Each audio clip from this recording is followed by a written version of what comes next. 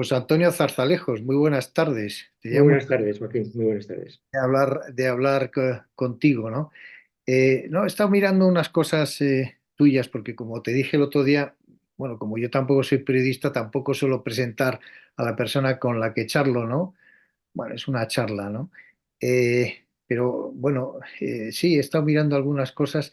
Para mí, José Antonio Zarzalejos, que por cierto cometí el error el otro día de decirte que eras de San Sebastián Bueno, y eres de Bilbao. tampoco importa tanto.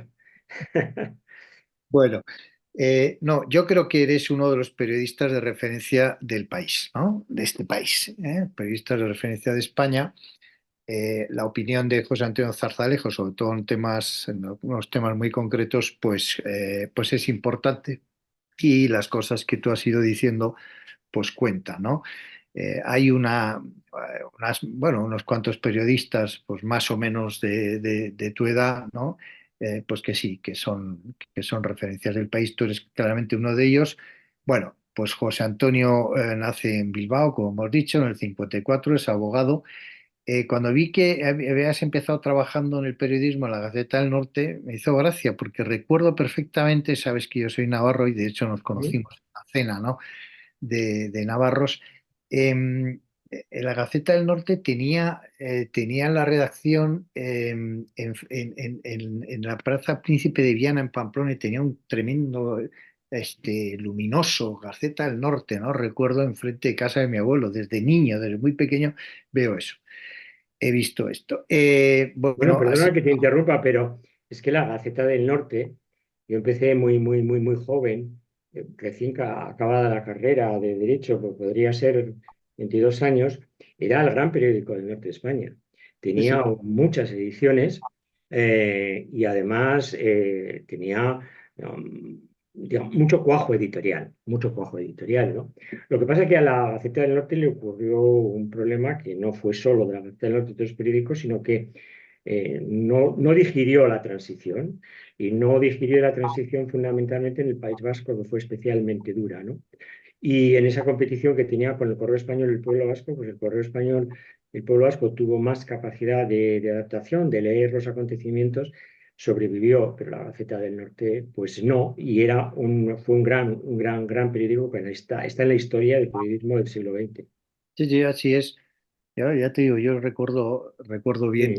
Sí. Bueno, de ahí, como has dicho, eres abogado, pero de ahí pasaste al correo, luego estuviste en Vocento, luego fuiste director de ABC, creo que dos veces.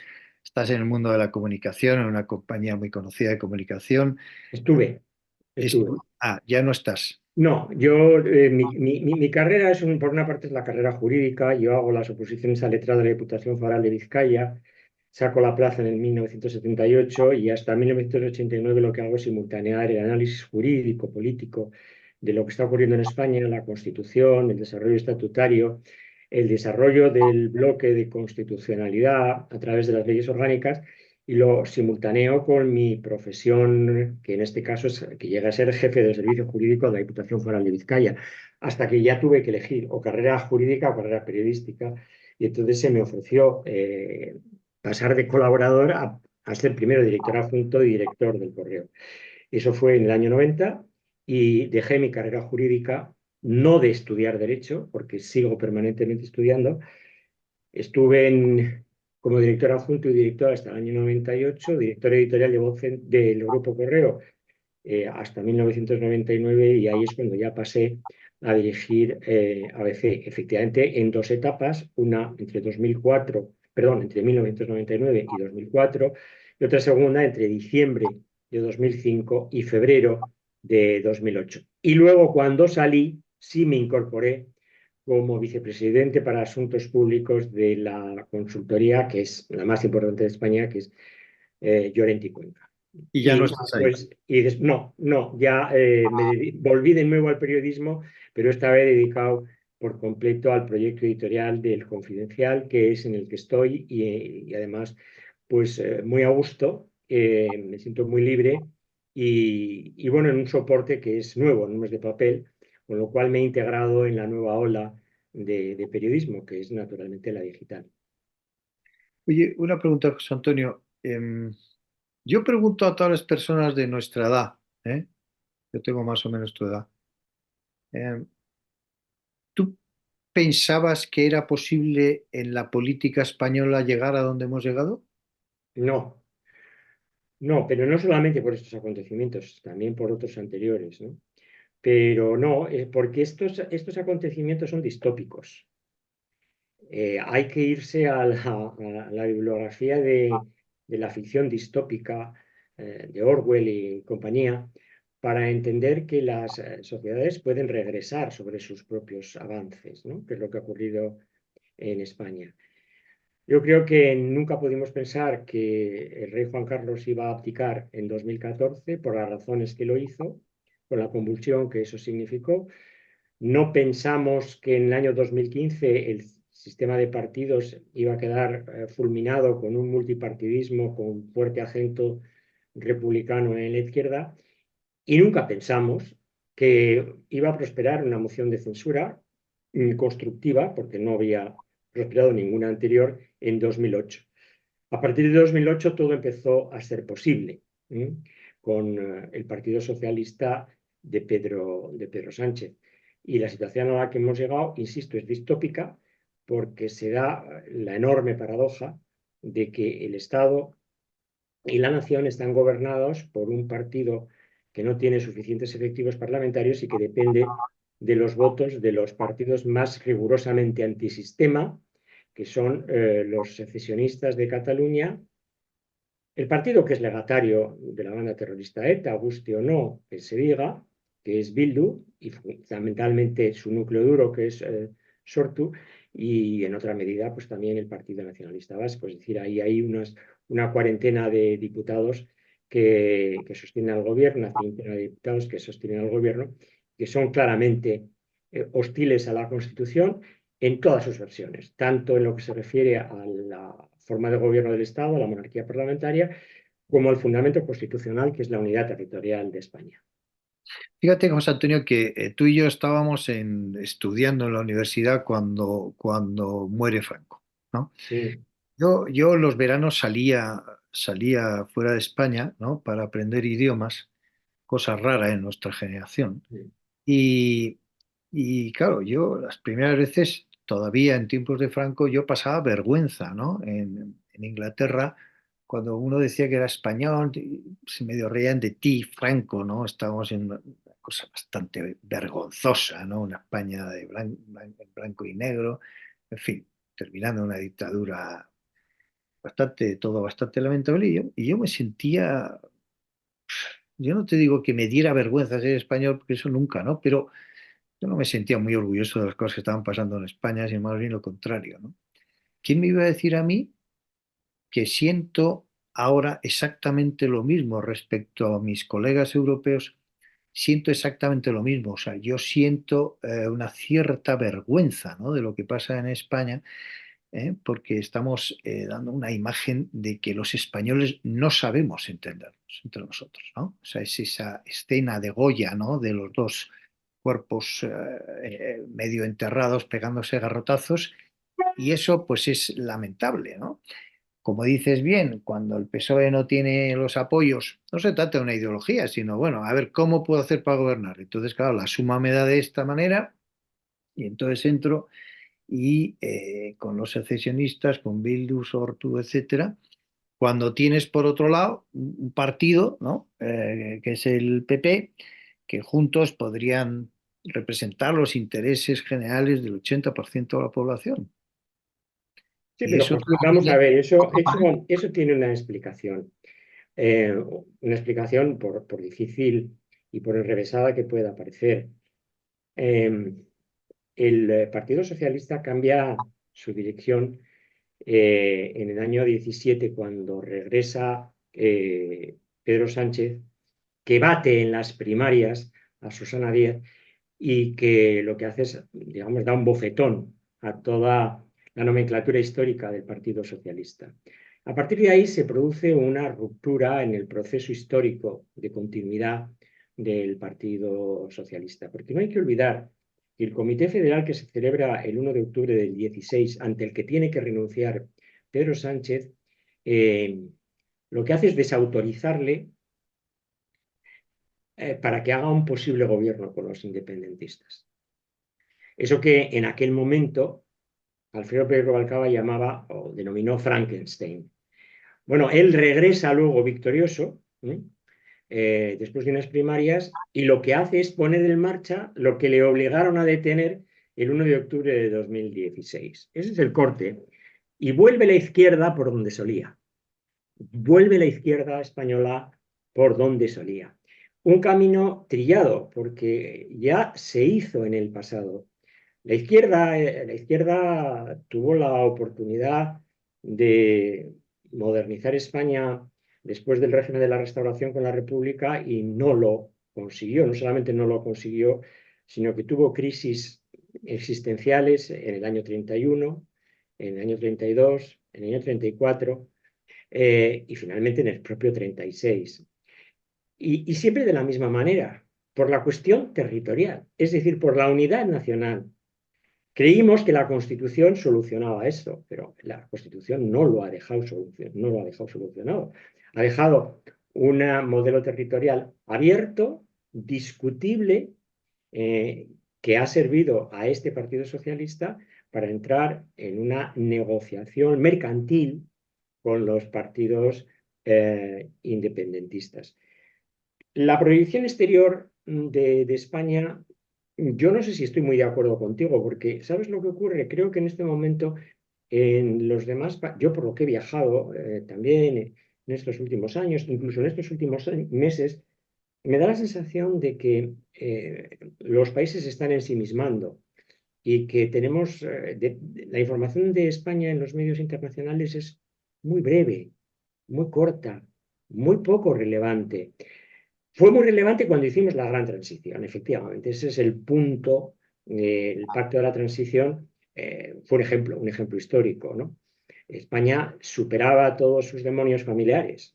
¿Qué ocurre? Que ahora regresan. Pero claro, es que esos demonios familiares en España no los podemos tampoco separar de la corriente general que se está produciendo en otros países europeos, Italia, Francia, Reino Unido, la propia Alemania. ¿Qué vamos a decir de los Estados Unidos? Por lo tanto, lo que es urgente es que salgamos de esta pelea y pongamos las luces largas. Y las luces largas es, vamos a recuperar los valores constitucionales, probablemente en un nuevo proceso, porque Pedro Sánchez y sus socios están destrozando el modelo de convivencia y a lo mejor lo que hay que hacer es ir a una monarquía parlamentaria con un sistema federal que mantenga la soberanía nacional y la unidad de España y que además establezca cláusulas de intangibilidad, es decir, una democracia militante en la que no se puede discutir, como ocurre en Francia o como ocurre en Alemania, la forma de gobierno, que en nuestro caso sería monarquía parlamentaria, y la unidad territorial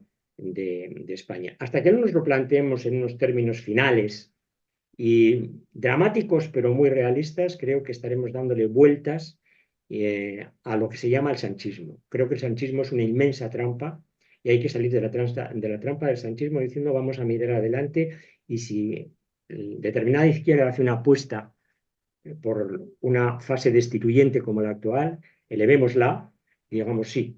Si la Constitución del 78 permite una democracia, pero está permitiendo una autocracia, la Constitución del 78 ya no nos vale.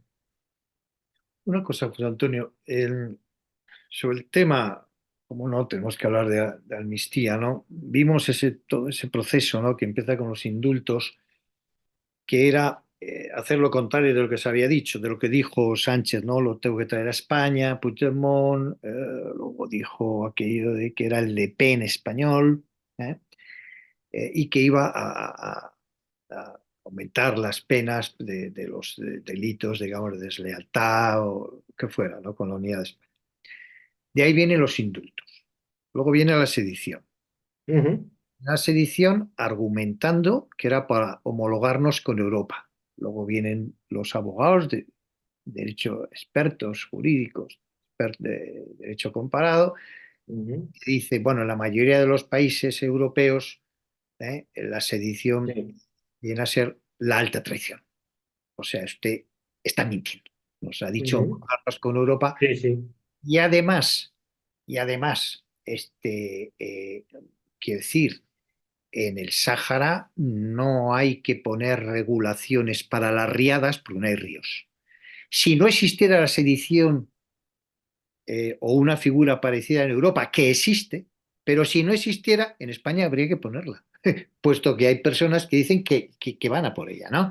Pero bueno, viene la sedición y de ahí viene el tema de la malversación, que ese punto yo ya nunca pensé que se iba a llegar. O sea, yo dije, y ahí de la malversación, eso no, el Partido Socialista no puede entrar en eso, entró en eso, rebajó la pena de malversación y de ahí viene la amnistía. Y la amnistía, pues todos sabemos que es absolutamente ilegal, todos sabemos que es absolutamente ilegal, empezando por el propio presidente de gobierno que 3 días antes de las elecciones dijo que era ilegal. 3 días antes de las elecciones. Por si hubiera alguna duda, 12 ministros, 12 ministros, incluyendo el de justicia, ¿eh? Dijo, los indultos son legales, la amnistía no. Y así argumentó los indultos. La vicepresidenta actual, todavía tengo esa frase en la cabeza, los indultos son legales, la amnistía no. Y lo saben los independentistas. Esa frase la tengo grabada. No le he oído decir nada al respecto. 12 ministros, está bien. Entonces, sabemos que es ilegal, los expertos lo han dicho, excepto digamos, juristas de guardia, vamos a llamar, ¿no? Eh, Además, sabemos que en la propia transición, cuando se hace la Constitución, se plantea este tema y se rechaza. O sea, no es que se conozca el espíritu, es que hay gente viva que dice que se planteó y que no se aceptó. Bien, por lo tanto, eso digamos que es poco menos que indiscutible. La pregunta que te hago es la siguiente. Vamos a ver, José Antonio, dejando al margen si es legal o no es legal, que ya, en fin, es bastante evidente. ¿Qué ¿Qué consideras tú, cómo valoras tú el engaño? Es decir, que 3 días antes de las elecciones, un presidente y, como digo, 12 ministros sobre el asunto más sensible político de España, sobre el asunto que más puede, o uno de los que más puede decir el voto en un sentido o en otro, se diga que no se va a hacer, que no va a haber amnistía, e inmediatamente después de las elecciones, con la aritmética en la mano, viene la amnistía y además sabemos, porque ellos mismos lo han hecho, que 3 meses antes de las elecciones ya estaban negociando con Puigdemont, porque lo han dicho ellos. Sí, pero bueno, O vamos sea, por partes. el engaño, eso es lo que me gustaría que valoraras. No, pero sí, Engañar no al hay que, votante. no hay mucho que valorar, y no hay mucho que valorar porque ya está, es un engaño y es un engaño. Pero el problema está, primero, saber que tener conciencia de que el valor de la palabra en la política española se ha devaluado y que la ha devaluado de una manera realmente extraordinaria, eh, como nunca pudimos pensar el propio Pedro Sánchez y el entorno de Pedro Sánchez. Y él ha transformado lo que es una falsedad o un engaño en un cambio de opinión. Bueno, ya sabemos que todo esto es excéntrico, que es grotesco, pero le funciona. Le funciona porque previamente ha conseguido un partido dócil, del que ha apartado a todas las personas que pudieran ser críticas o resistirse a sus cambios de opinión, y una opinión pública que está también muy desorientada, entre otras cosas porque hay una crisis evidente de credibilidad en los medios de comunicación en términos generales. Pero no podemos hacer demasiadas reflexiones porque son muy simples. Eh, Pedro Cruz Villalón, expresidente del Tribunal Constitucional, ha dicho que estas Cortes Generales no están legitimadas para aprobar una ley de la amnistía. ¿Por qué?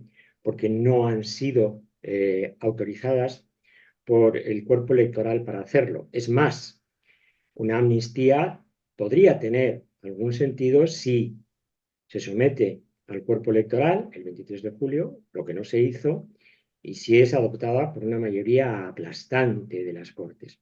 Pero claro, aquí todo eso no cuenta.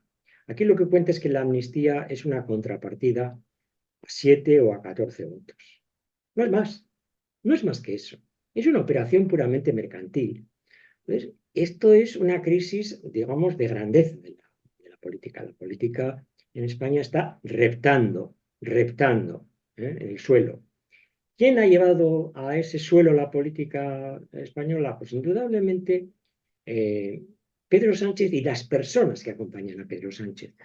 Pero también previamente un cuerpo electoral que ha sido radicalizado desde distintos puntos, fundamentalmente también por el propio Sánchez. Y hay que decirlo, una incompetencia manifiesta por parte de la derecha española, que tuvo la oportunidad entre el 29 de mayo y el 23 de julio del año pasado de ganar las elecciones, hizo todo lo contrario de lo que se debe hacer para triunfar en ellas.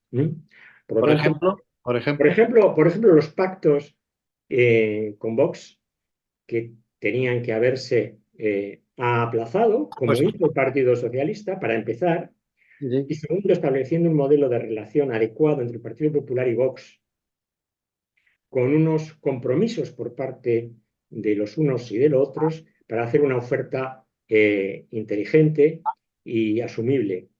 Y una cosa más, que Vox se hubiese retirado de aquellas circunscripciones en las que sabía fehacientemente que era imposible que obtuviese un escaño y que al presentarse ni lo sacó él ni dejó al PP que lo sacase.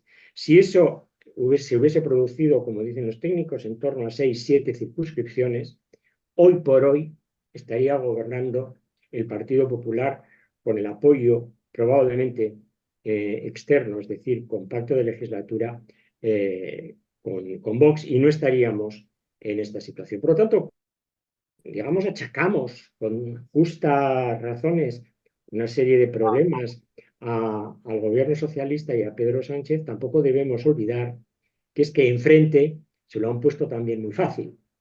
Por lo tanto, es importante llamar a la derecha a que racionalice sus comportamientos, analice muy bien lo que está ocurriendo y hacer una llamada, un llamamiento también a Vox para que explique cómo entiende el patriotismo. ¿Qué es el patriotismo? Pues yo creo que el patriotismo tiene que ser un patriotismo ciudadano. El patriotismo ciudadano consiste en implantar los valores constitucionales de 1978, debidamente adaptados a 2023, a 2024, a 2025. Y preservar fundamentalmente dos elementos esenciales. Primero, la unidad territorial de España, que fundamenta todas las constituciones que se han producido en nuestro país desde 1812. La unidad nacional de España.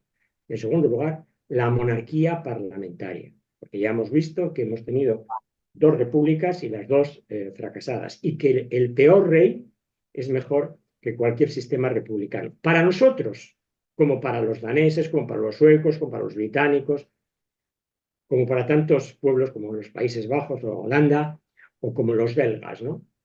Bueno, muy y esta es la reflexión que yo creo que hay que hacer, pero seguir desesperándose porque dijo una cosa el señor Sánchez antes del 23 y otra su contraria el día 24 de julio, nos lleva a una especie de irritación permanente, pero poco productiva. Ya sabemos lo que podemos esperar de Pedro Sánchez. Ya sabemos lo que podemos esperar de este PSOE. Ya lo sabemos. Estar, digamos, dándole vueltas a la falsedad del discurso, al cinismo del discurso de Sánchez, ya nos lleva a una cierta resignación. Yo creo que tenemos que salir de ahí, tenemos que ser prospectivos, tenemos que ser propositivos y, por supuesto, la derecha democrática de este país, que tiene muchísimo poder en el Senado, en los ayuntamientos, en las diputaciones, en los parlamentos autonómicos, en el Parlamento Europeo, tiene que dar la batalla política de las ideas y del modelo de Estado y del modelo nacional español allí donde pueda, ¿no? Hay que pasar a la acción, hay que pasar a la acción política, a la recuperación de la política de las ideas, a la ética de la convicción y a la ética de la responsabilidad. Todo lo que no está ocurriendo. Y eso es urgente, porque Pedro Sánchez puede estar desarmando día a día, yo creo que lo está haciendo día a día, el régimen constitucional. Y Oye, José vamos a entrar Antonio, en una fase destituyente en la que la Constitución formalmente sigue vigente, pero que de facto no se aplica. ¿Cómo se va a aplicar en un país en el que todo depende de lo que digan 7 diputados? Pero si lo vimos el 10 de enero en el Pleno del Congreso para convalidar 3 reales decretos leyes que tuvieron que negociar nada menos que una competencia exclusiva del Estado, artículo 149 de la Constitución, la inmigración. Pero tuvieron que negociar eso para obtener los votos, para convalidar, es decir, ¿en manos de quién estamos? aquello fue tremendo. José Antonio, una pregunta. Vamos a ver. Bueno, hemos visto cómo este gobierno también, otros lo han hecho, ¿no? Pero este es probablemente de una manera más exagerada, se ha ido, digamos, quedando con las instituciones, ¿no? Invadiendo las instituciones. Por ejemplo, a mí me hace gracia. Yo no sé decir ningún presidente del CIS. O sea, nunca hemos dicho el CIS de. El CIS de Tezanos. Yo no sé decir ningún presidente del CIS, yo. ¿Eh? Nunca hemos dicho el Tribunal Constitucional de Conde Pumpido. Nunca hemos dicho el Tribunal Constitucional de y su presidente, ¿no? Pregunta muy concreta. Cuando la ley de amnistía llegue al Constitucional, eh, con mayoría, yo voy a decirlo claro, gubernamental, ¿piensas que Conde Pumpido y su mayoría lo va a aprobar? Hay una cuestión técnica y otra cuestión política. Desde el punto de vista técnico, es claro que tanto Cándido Conde Pumpido como otros magistrados llamados progresistas, que yo creo que efectivamente se les puede calificar de progubernamentales, pues mantiene la tesis del constructivismo, es decir, la interpretación de las normas creativa. Es decir, bueno, yo, lo que dicen ellos, yo soy un magistrado para interpretar la ley, pero en un sentido creador, creo derechos, etcétera. Esto va contra el principio fundamental de que toda justicia constitucional es negativa, es decir, las cortes constitucionales, los tribunales constitucionales, tienen por misión una, decir lo que no es constitucional, pero no sustituir al legislador creando derechos o creando realidades jurídicas donde no las hay. Tiene que decir lo que no es constitucional, pero no crear eh, expectativas o crear realidades jurídicas virtuales en una interpretación de las normas. Este es el aspecto técnico. El aspecto político, bueno, el aspecto político es que esos magistrados, esos 7 magistrados, indudablemente son militantes. Hay un grado de militancia ideológica que han reflejado prácticamente todos de ellos, los 7, salvo quizás, estoy pensando en uno que quizás ha tenido una posición más neutral, más profesional, todos tienen una militancia eh, claramente izquierdista. Y en algunos casos, estoy pensando en una magistrada concretamente, lo ha escrito, ¿no? En cómo se interpreta el ordenamiento jurídico. También es verdad que el Tribunal Constitucional tiene un sesgo político, como todos los tribunales constitucionales, pero quizás este ha llegado al límite, porque hay que fijarse en varias cosas. Primero, Cándido Conde Pumpido fue fiscal general del Estado, ¿m? Lo sé muy bien. Con Rodríguez Zapatero. Es que uno de los magistrados, Juan Carlos Campo, es exministro de Justicia.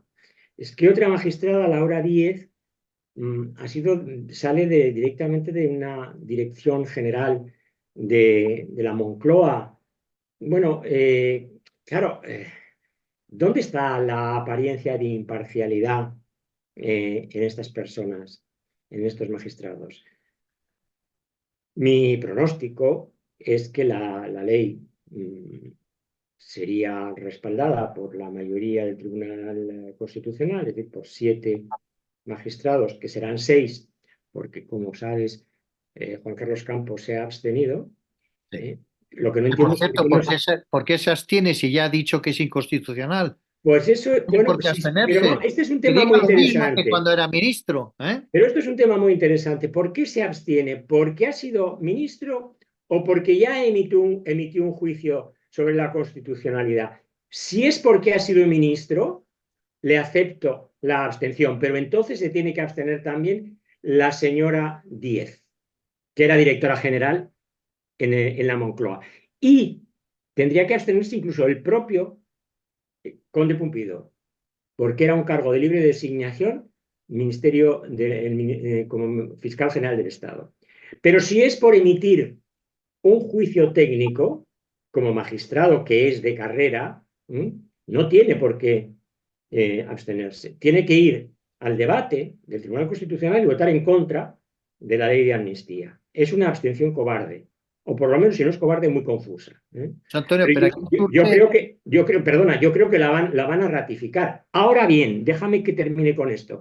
Vamos a ver si la cuestión prejudicial que se va a elevar por la Sala Segunda, sin duda ninguna, al Tribunal de Justicia Europeo suspende o no suspende los procedimientos en los que se debe de aplicar la amnistía. Bueno, vamos a ver, porque una cosa es aprobar y otra es aplicar. Y la ejecución de la ley de amnistía no le corresponde al gobierno, ¿eh? No le corresponde a las Cortes Generales, no le corresponde al Tribunal Constitucional, le corresponde a los jueces y a los tribunales, órganos unipersonales o colegiados del orden jurisdiccional español. En la vía penal, también en la vía administrativa, porque hay, como sabes, responsabilidades también que se amnistían de orden administrativo, no solo penal. oye, y esto que ha surgido ahora con la imputación por terrorismo de Puigdemont y de Marta Rovira, si eso se mete en la ley de amnistía, ahí se lo están poniendo entonces ya demasiado difícil al Constitucional, ¿no? Sí, pero se lo pone sobre todo mucho más fácil al Tribunal de Justicia de la Unión Europea, porque los delitos de terrorismo y de corrupción están contemplados en las directivas bueno, en el propio tratado. En el propio tratado. Hoy en Europa es inconcebible que se amnistíen. Primero que haya autoamnistía, es decir, que la ley de amnistía la hagan los propios beneficiarios de la ley, como bien dijo Felipe González hace unos días en CaixaForum, ¿no? Y eso por una parte, pero por otra, el delito de terrorismo, que se amnistíe, si es que el delito de terrorismo finalmente existió, con condena o sin condena, ¿eh? Pues con carácter preventivo, si no hay condena firme, eso será un escándalo. Será un Bueno, escándalo, y aparte de ser un escándalo, creo que ahí sí se puede jugar un partido interesante, importante, con las directivas europeas y con los tratados de la Unión. oye, no, es que yo creo que ahí ha surgido algo que puede hacer cambiar algunas cosas, ¿no? Esta imputación, por eso les ha dolido tanto y ya la cosa no está tan clara. Oye, otro tema que te quiero decir, te quiero preguntar.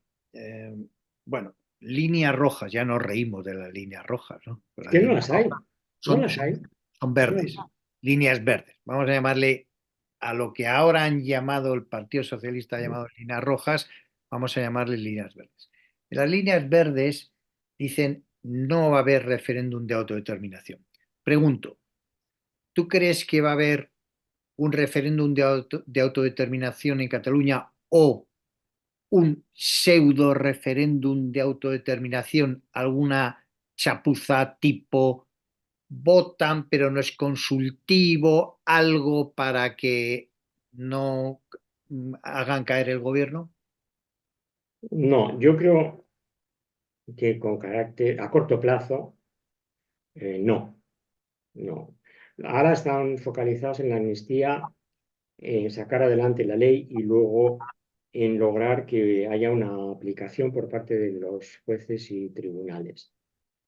Lo que pasa es que si la amnistía se aplica como ellos quieren, logran esa aplicación, inmediatamente después se puede ir efectivamente no a un referéndum de autodeterminación directo, sino a una consulta no vinculante prevista en el artículo 92 de la Constitución. que será un uso torticero de la Constitución, ¿verdad? Pero, en fin, podrían intentarlo. Tendría que votar todo el cuerpo electoral español.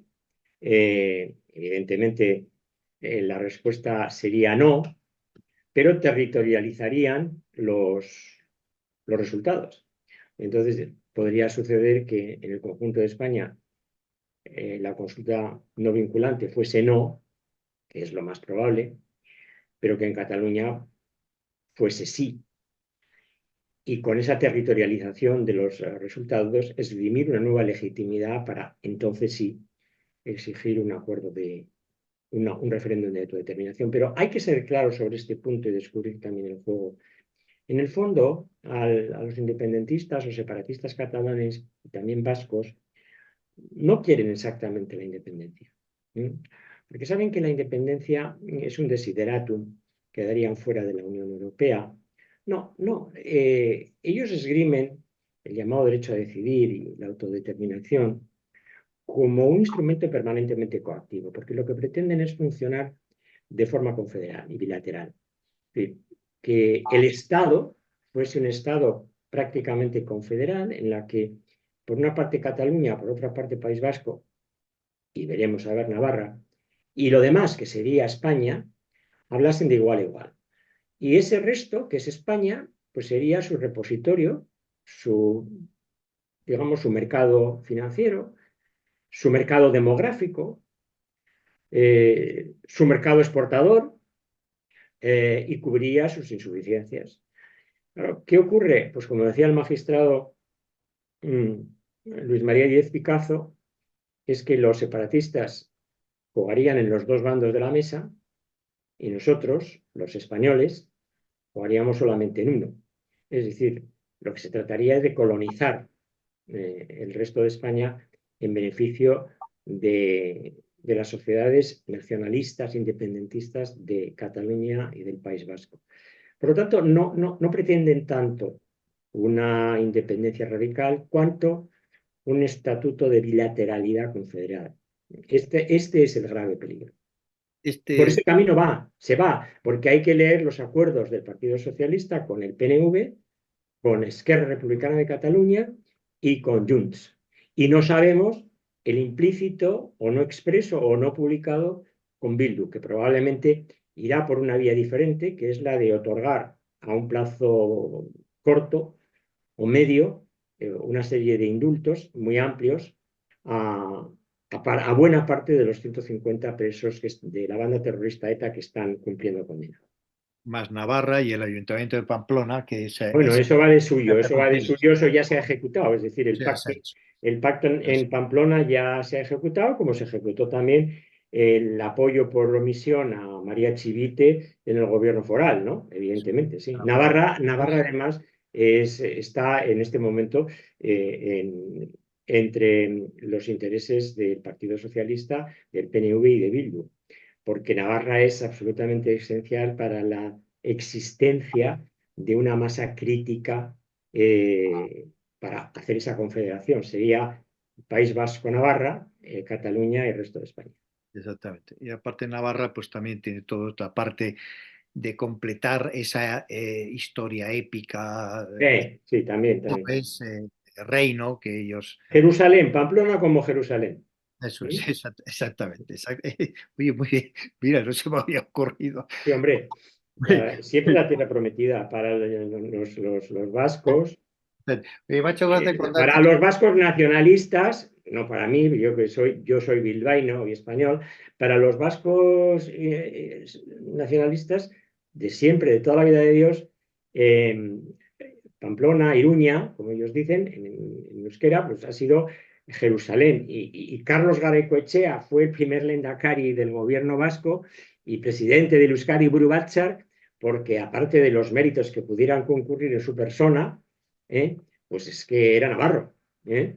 Y tenía una simbología, esa estirpe navarra suya, pues que le daba una legitimidad especial, ¿no? Es decir, bueno, Garaikoetxea nos llevará a nuestra Jerusalén, que es Iruña, que es Así, Pamplona. así ¿Mm? es. Pues sí, me ha hecho gracia cuando has dicho algo sobre el tema de los nacionalistas, separatistas catalanes. Dice, bueno, si quieren ir. No, siempre ha sido mi teoría, pero también aquí le meto también al PNV. Ellos lo que quieren es estar yéndose. Claro, Estar claro, claro, yéndose. claro. Siempre Yo lo. recuerdo, Joaquín, una Muy conversación que tuve aburrido eso, porque llevamos con, muchos años con la misma historia, ¿no? yo recuerdo una conversación con Javier Arzayus en algún momento que tuvo en fin, de tranquilidad y de cordialidad, que fueron los mínimos, en lo que me decía, bueno, era el director del correo, pero vamos a ver, nosotros nunca podemos estar satisfechos, nos den lo que nos den. Porque el día que nosotros nos declaremos satisfechos nos convertimos en unos sanos regionalistas. Pero, Nosotros siempre tenemos que estar insatisfechos, siempre tenemos que tener un agravio respecto de España, siempre tenemos que reclamar por una injuria, por una insuficiencia. Por lo tanto, quien crea que se puede saciar eh, la hambruna política particularista del secesionismo vasco y catalán está confundido. Son absolutamente insaciables y además no les sube el colesterol en sangre. oye, una pregunta, José Antonio, cambiando un poco y además Sí. hablamos de cosas tan interesantes, ¿no? Que se nos va el tiempo. Una pregunta, una pregunta, bueno, yo empiezo, como esto es charla, pues yo también te doy mi opinión, ¿no? Hemos visto proyectos políticos, ¿no? En los últimos años, algunos a mí me daban hasta casi más reparo porque veía que además conocía a las personas que lo llevaban adelante, tenía serias dudas, ¿no? Que esto podía salir. En Cataluña he visto unos cuantos, ¿no? Con gente muy comprometida y estupenda que conozco bien. Eh, nunca le vi demasiado futuro. Ahora hay una cosa, un partido, ya es un partido, ya sabes de quién te voy a hablar, ¿no? Izquierda Española, Guillermo del Valle, el Jacobino. Eh, ¿Tú este proyecto lo ves? ¿Crees que puede empezar a cambiar el tablero político? Mira, todo depende de personas. Es decir, si hay unas personas que realmente tengan esa impronta de izquierda nacional, funcionará. Por lo menos tiene posibilidades de hacerlo. Tal y como está ahora, en este momento, yo diría que sus posibilidades no superan el 5% de prosperar. Guillermo del Valle empezó con un think tank, es un hombre joven, eh, digamos que tiene además arranque, que tiene energía, pero hasta el momento se desconoce la infraestructura que tienen como organización, como partido, sobre todo se desconoce qué personas estarían dispuestas a comprometerse con ese proyecto. Yo se lo pregunté hace no mucho tiempo en un podcast que tengo en el Confidencial, una Yo lo he conversación escuchado. con él. Yo lo he Sí. escuchado.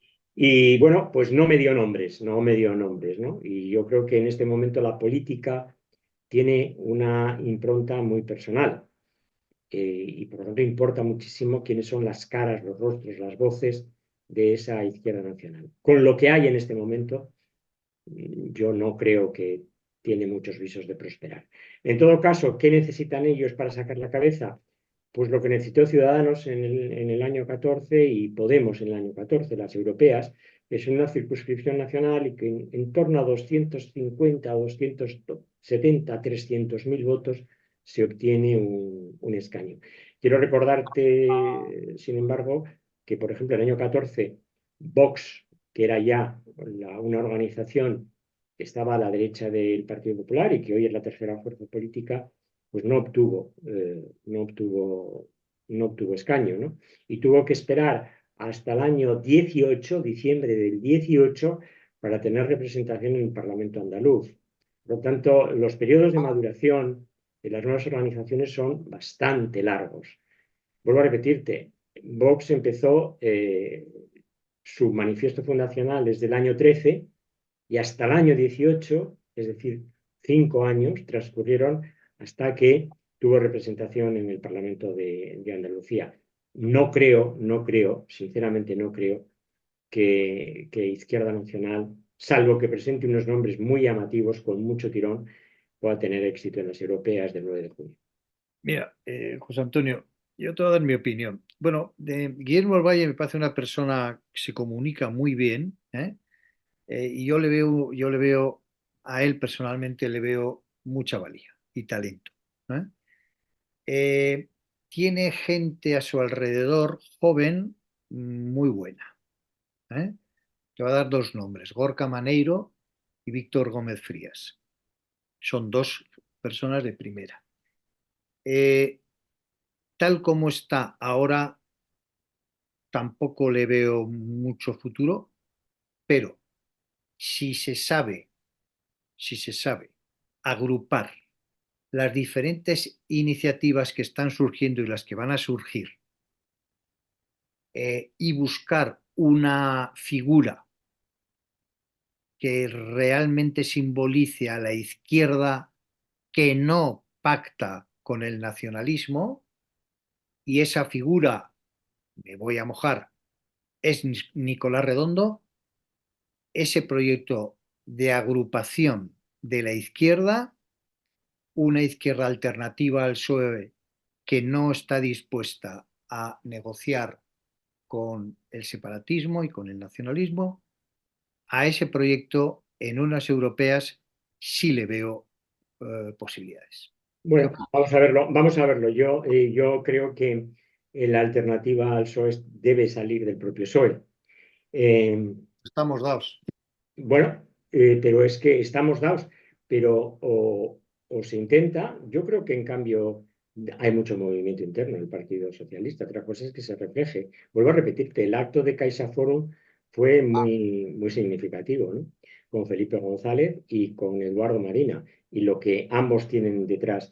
Yo es que creo que una alternativa al PSOE, a este PSOE, sale del propio PSOE.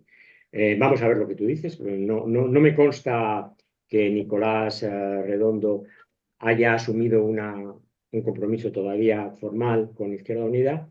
Sí lo sé de personas que has citado, que me parecen efectivamente personas muy esforzadas y comprometidas, pero creo que se necesita personas con mucho punch, con alto conocimiento de la opinión pública y con un discurso, digamos, bien articulado. Vamos a esperar, porque todo es imprevisible, y ojalá las mejores expectativas para los valores fundamentales en los que se fundamenta nuestra convivencia, que son las libertades, los derechos, nuestra forma de Estado, que es la monarquía parlamentaria, el pacto territorial que implica insoslayablemente la unidad de España, que todo esto salga adelante y se termine imponiendo sobre el particularismo, eh, y sobre fuerzas que, en definitiva, lo que tratan es de romper una constitución histórica como la del 78, que fue el pico, digamos, más brillante de nuestra historia durante el siglo XX.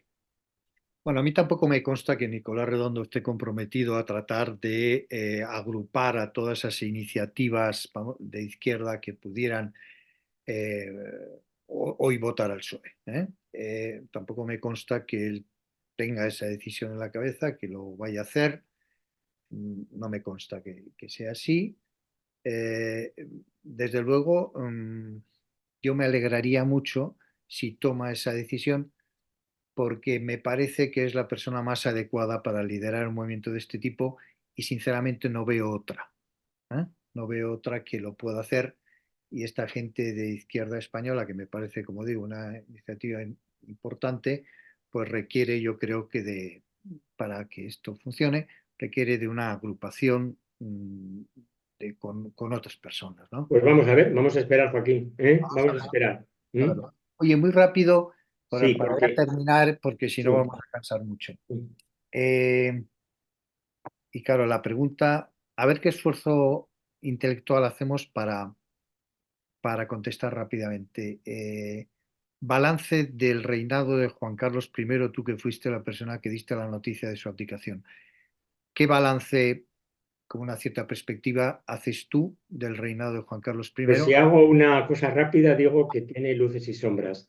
Las luces: fue un gran estadista, fue un hombre decisivo en la transición, fue un hombre decisivo en la proyección española durante todos los años 80 y 90, con una capacidad de interlocución realmente extraordinaria. Muy Como bien. estadista, se le recordará lleno de luces.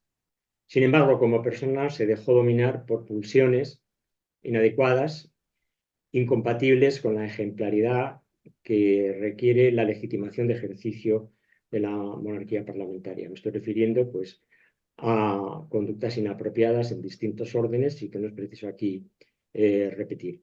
Muy bien. Dejemos a la historia a Juan Carlos I, que no hubiese abdicado si él mismo no hubiese reconocido que sus conductas eran incompatibles con mantenerse en la jefatura del Estado. Pensemos que Felipe VI ha rehabilitado plenamente en los aspectos en los que su padre dejó deteriorada la institución, la ha recuperado íntegramente, y no solamente eso, sino que además ha quedado garantizada la continuidad de la monarquía con el juramento de la princesa de Asturias el pasado 31 de octubre de 2023. Yo creo que eso es el balance. Pero dejemos también que actúe el tiempo y que actúe la historia. La historia se escribe para poner a cada cual en su lugar. Y yo creo que a lo mejor en este momento no tenemos una perspectiva ecuánime y justa para hacer un balance completo y total de 38 años de reinado de Juan Carlos I. Es deseable que el rey emérito, que el rey abdicado, tenga años de paz, de tranquilidad, de sosiego, y que, en fin, cuando haya desaparecido por razones naturales, los historiadores sean ecuánimes en la valoración de su cuestión. Pues yo suscribo tus palabras. Yo recuerdo que en los tiempos del reinado de Juan Carlos, muchos decíamos que éramos juancarlistas. Bueno, el monarca, soy juancarlista, ¿no? Yo ahora con el rey Felipe VI me he convertido directamente en monárquico. Yo soy monárquico. Bueno, pues perfecto, de eso se trata. Eso se Muchas trata. gracias, porque es que ser juancarlista, filipista, no, es ser monárquico. Voy a hacer un resumen súper rápido de la conversación. ¿Eh?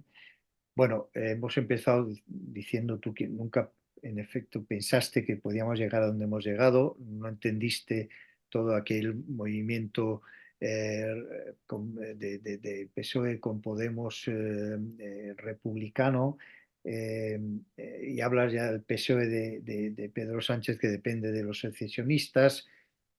Haces una pequeña historia sobre las primarias cuando bate a Susana Díaz y a partir de ahí pone en marcha lo que ha sido el sanchismo, o sea, el socialismo con el nacionalismo y secesionismo, ¿no? Lo cual es una contradicción ideológica de primera. Haces también alguna referencia histórica al 31, 32, 34 e incluso al 36, diciendo que esto no es nuevo. De la transición, pues dices que es la gran noticia, donde ya somos noticia y positiva, ¿no? Y ahora hemos pasado a lo que yo decía, que para mí me da un cierto apuro, ¿no? La imagen que damos, dices, bueno, y también cómo están los demás, ¿no? Ujú. La irrelevancia Sí, sí, sí. es así que es evidente y esa no se puede dar. Has dicho dos veces algo que para mí es lo fundamental de esta conversación, que es que hay dos cosas que se tienen que quitar del menú. ¿Eh? Y que mientras tanto, hasta que no hagamos eso, pues no podremos avanzar realmente, porque todo el tiempo que se pone y el talento y el esfuerzo que se pone en esto, en la amnistía, la secesión, tal, no se pone en otras cosas, ¿no? Entonces, ¿qué es el tema de la unidad territorial? O sea, no cuestionar más ni la unidad territorial como ningún país del mundo, ¿verdad? Ni la monarquía parlamentaria. Luego hemos hablado del tema del engaño electoral. ¿Eh? Has hablado también de la incompetencia del PP al no postergar, como hizo el PSOE en Navarra, por ejemplo, ¿no? Los pactos con Vox y no llegar a un acuerdo con Vox digamos, de mínimos, vamos a decir. Y luego hay una idea magnífica, ¿no? Dices, ¿y qué es el patriotismo, no? Eso me ha gustado mucho, ¿no? O sea, ¿qué es ser patriota hoy? ¿Qué es ser patriota? Pues bueno, pues ser patriota pues será defender los valores constitucionales con dos ideas claves, que es la unidad territorial. Bueno, es que no se cuestiona en ningún país más que aquí, ¿no? O en algún otro, pero muy pocos, la unidad territorial y la monarquía parlamentaria otra vez, ¿no? Dices de la derecha que tendría que dar el batalla de las ideas. Hemos hablado también del Tribunal Constitucional, una parte técnica, para decir que lo que no es constitucional, lo que puede decir una institución es lo que no es constitucional, no crear, y menos crear doctrina en ese aspecto de construcción.